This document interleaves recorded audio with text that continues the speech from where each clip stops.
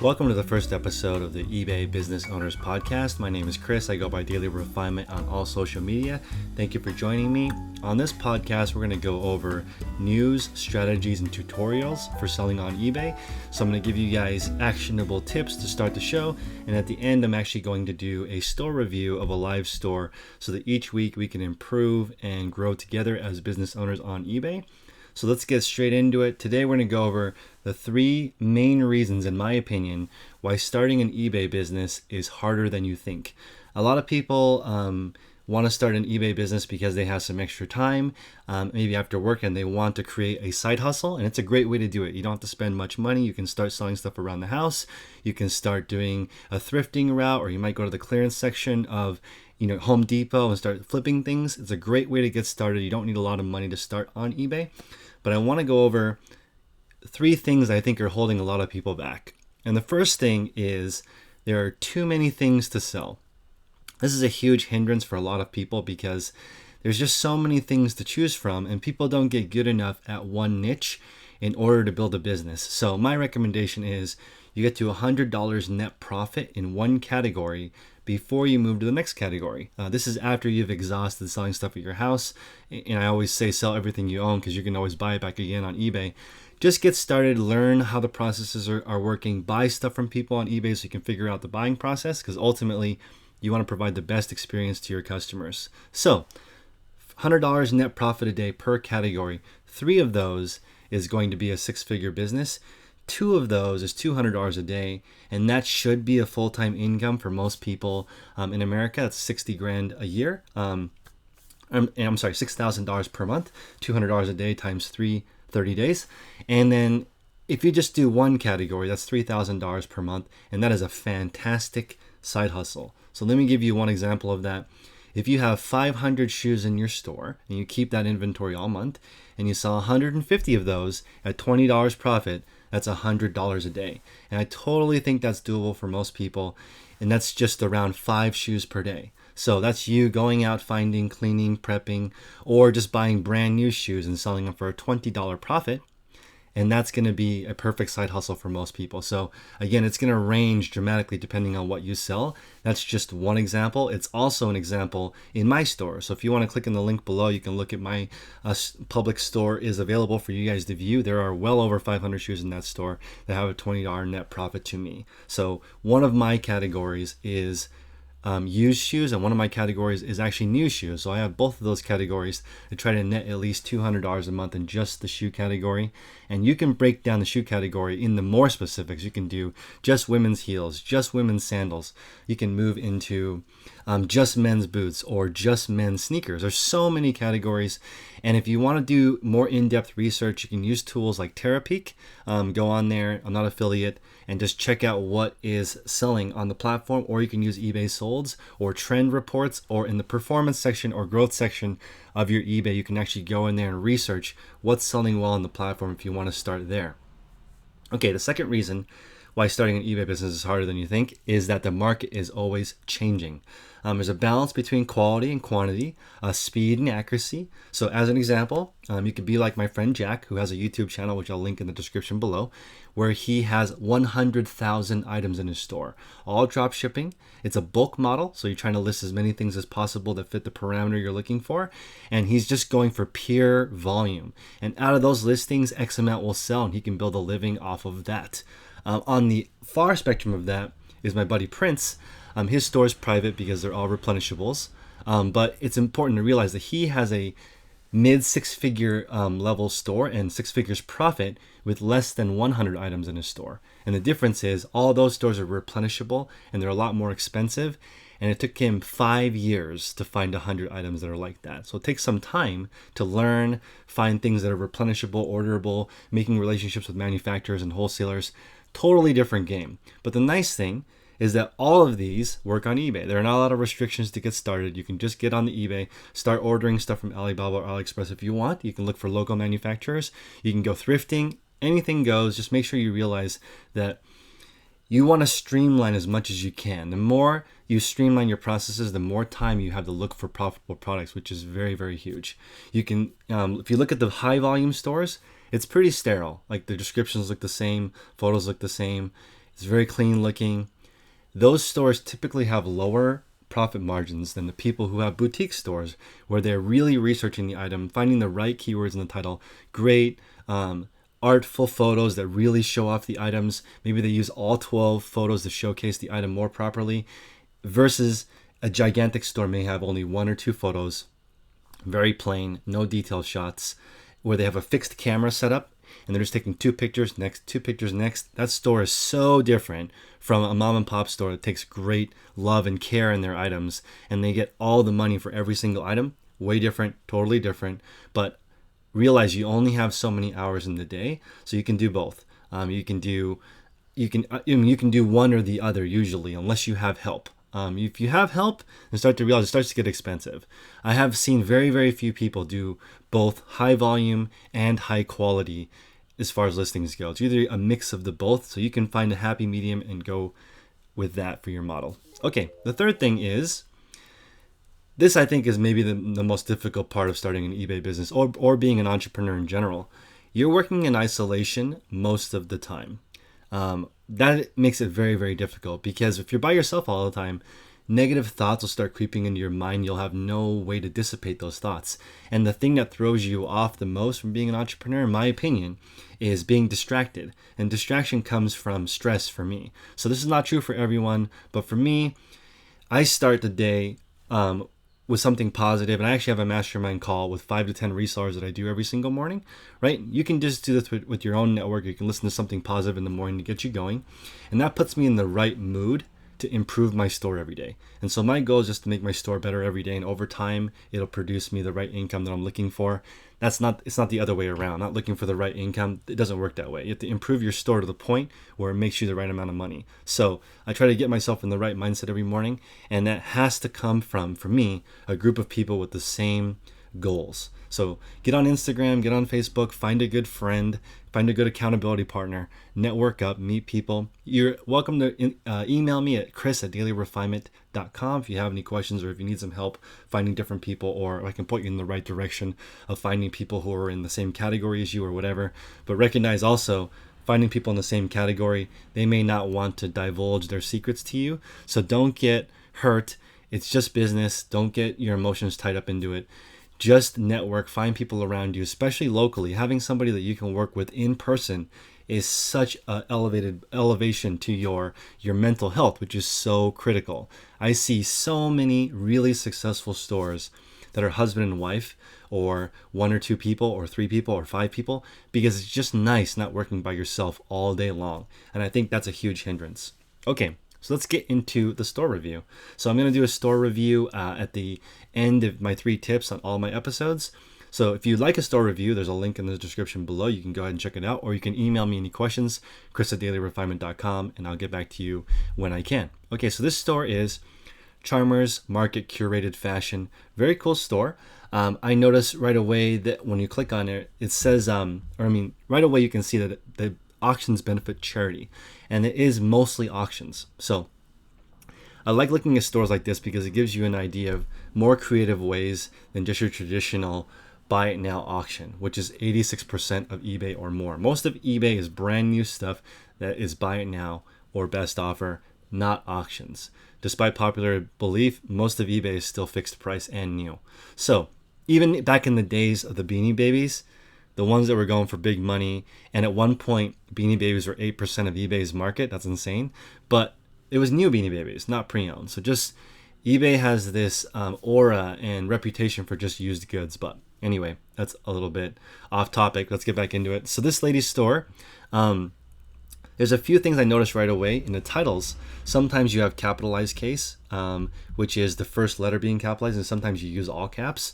So I would just streamline that so you can make it as consistent as possible. And sometimes you use the shortened version VTG for vintage. And I want people to know who are listening that those both pull up in search. If you were to put in VTG Tommy Hilfiger jeans, if someone searches for vintage Tommy Hilfiger jeans, both will pop up. I also see some other shortened things you put in here, like L/S, which stands for long sleeve.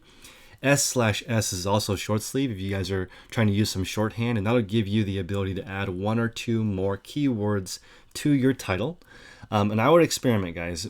depending on which thing that you're selling, extra keywords may actually hurt you if the traffic doesn't convert. And what I mean by that is one of the top Ray Dunn mug listings has the words amazing, incredible shipping or something like that in the title. Obviously, none of those words, amazing, incredible shipping, those are not searchable terms. The only things that are searchable in the title are Ray Dunn mug. There's no other filler or keywords like ceramic, great for holidays, Christmas, none of that. Just plain Ray Dunn mugs, and it ranks #1 on Google and in the eBay algorithm. So there's a lot more that goes into it than just your title. So again, there's no reason to necessarily spam, because if you get all this traffic and your item is not converting, eBay is going to stop sending traffic to your listing because it's not making you or them any money. So you may want to have crisper, shorter titles, but not completely required. Another thing I noticed is there is some punctuation. So if you use the word women's or men's in the title, you can actually omit the apostrophe because women's with an S and without an S will still apostrophe will still show up in the listing. So it's cool to recognize that even though it's grammatically incorrect to not use the apostrophe, it's still going to show up the same. And again, giving you an extra character to add in another descriptor if you choose to do that. And right here, you can see like this Trixie shirt has the apostrophe S, and you're also using the word size, which I have no issue with, and sometimes you use SZ. It depends probably on how many keywords you have in a title, so that's great. Mix it up if you have the space, because I think that the word size is easy to understand, and if you don't, it's okay to omit it. But I think there's also a little bit of an advanced hack where people think that the word size improves your ranking because that word shows up so often. The algorithm thinks that it's an important keyword, so it starts to rank people higher for the word size. You'll see large stores try to utilize this to their advantage. Like, for example, Apparel Save, when they were around with 1 million listings, they actually used the words pre-owned in the title, which is crazy talk in the world of trying to get as many words into the title because you're using up 9 characters for pre-owned. But when you sell millions of things at using that keyword, they're trying to trick the algorithm into thinking that that's an important keyword. And so it's starting to rank it higher and higher. And I wouldn't be surprised if you typed in the word used and it would pull up the words pre-owned, because eBay does a good job of figuring out what people are looking for and guessing. So it's very, very cool. So that's the title talk. The next thing is pricing. Your pricing is on point. The only thing that I have a question is, why are some things $35 and some things are $35.99? What's the difference for the pricing?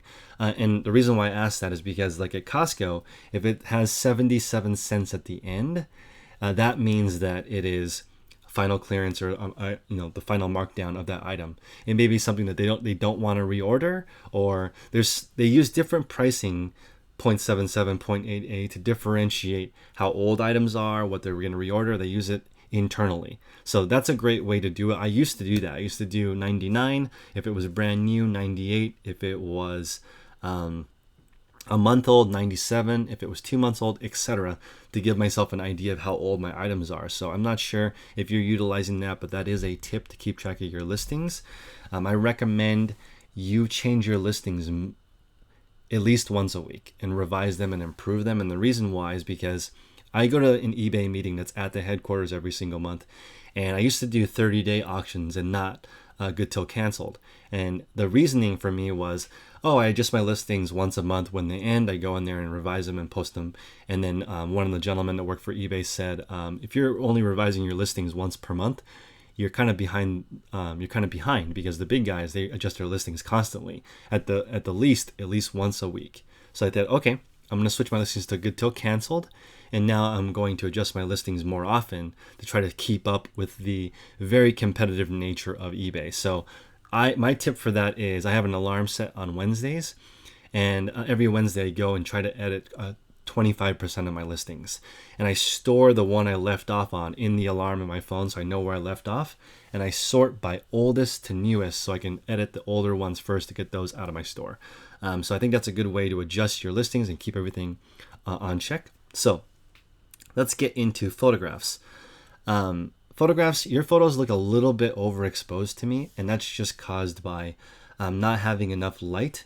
so that, you know, if you have more lights, you can actually turn down the contrast and still get an accurate color for the item. And I always use the example of Goose Guy 84 on eBay. This, you can look at the difference between these photographs and your photographs. The difference is just the background is cleaner looking, and that's because he has a lit background, which is a Last Light highlight, which you guys can check out in the description below, or you can make your own by just using a bed sheet behind the item and just lighting the back surface of it. That will create essentially a giant light box behind the item and remove all these shadows and allow you to not have to turn the contrast up so high on your initial photo and prevent overexposure, which makes the items look a little bit too good to be true, in my opinion. So when you look at the items in perfect contrast, it's not as accurate as in person. That's why I actually like your gray photos more with the background, because it looks a little bit more natural to me than the pure white, because it's just so contrasty. So that being said, I do think that your photos could be a little bit more centered. Sometimes it looks like the items are a little bit off center and there's not enough negative space around the item, and that can make a bigger difference, because if you look at Brian's photos, it's like perfectly centered. So it just gives another level of professionalism to your store. Not required, but just something that I looked at when I was looking at your store. You have a great number of photos. You really show the details. So again, your photos are already pretty good. Those are just minor improvements. Now, looking at the product mix, there's always the saying that you build your business with replenishables and you build your margin with one-off. So you have a fantastic store where you get a lot of mixed range prices from 10 all the way to $100 for the stuff in your store, which is great. Now I wonder, because your listings do support a charity, could you get some replenishable items for the charity? For example, I obtained a license to use the eBay logo on a few items, right? So that allows me to keep reordering the same logoed items if they sell over and over again. And if you get 100 of those, like my buddy Prince, then you have an easier time, because you don't need to look for items. You can just keep reordering. So for example, if there was a cap or a tote that you could sell for this charity, ideally something with utility like a tote, and you could just add as an add-on at the bottom of your listing, say, oh, by the way, these are charity listings, please pick up a charity tote with your order, and I'll combine the shipping for you, and you can help support this cause, and you'll have a great little tote. Something like that will help you with the replenishable part, which is going to help you get to the next level, because you're going to run out of time. You can only do X amount of listings per week, and it's best to have some replenishable in there if you can. Okay, so finally, shipping. I'm wondering about if this is calculated shipping, because it's definitely not flat rate. Sometimes they're free, sometimes there's $4.94, $7.50, $10.49. I think it's calculated. So I think you would actually be saving your customers a little bit of money if you have flat rate for a padded flat rate envelope, or maybe your items that are free shipping are first class items. So I'm not 100% sure on that, but I think that streamlined business policies is going to save you time. So if you have all the same policy, then you don't have to worry about that part of your business, which is huge. So the more that you can reduce from your process, the better. So just make sure you streamline those shipping policies if you can. And again, some of your items, I think like just 13, 15 for this Hartman vintage leather carry-on, you could probably fit that into a medium flat rate box, or it depends on regional. So just an idea, and especially, or that's not a good example, because maybe that will only fit in a medium flat rate box, which is that cost.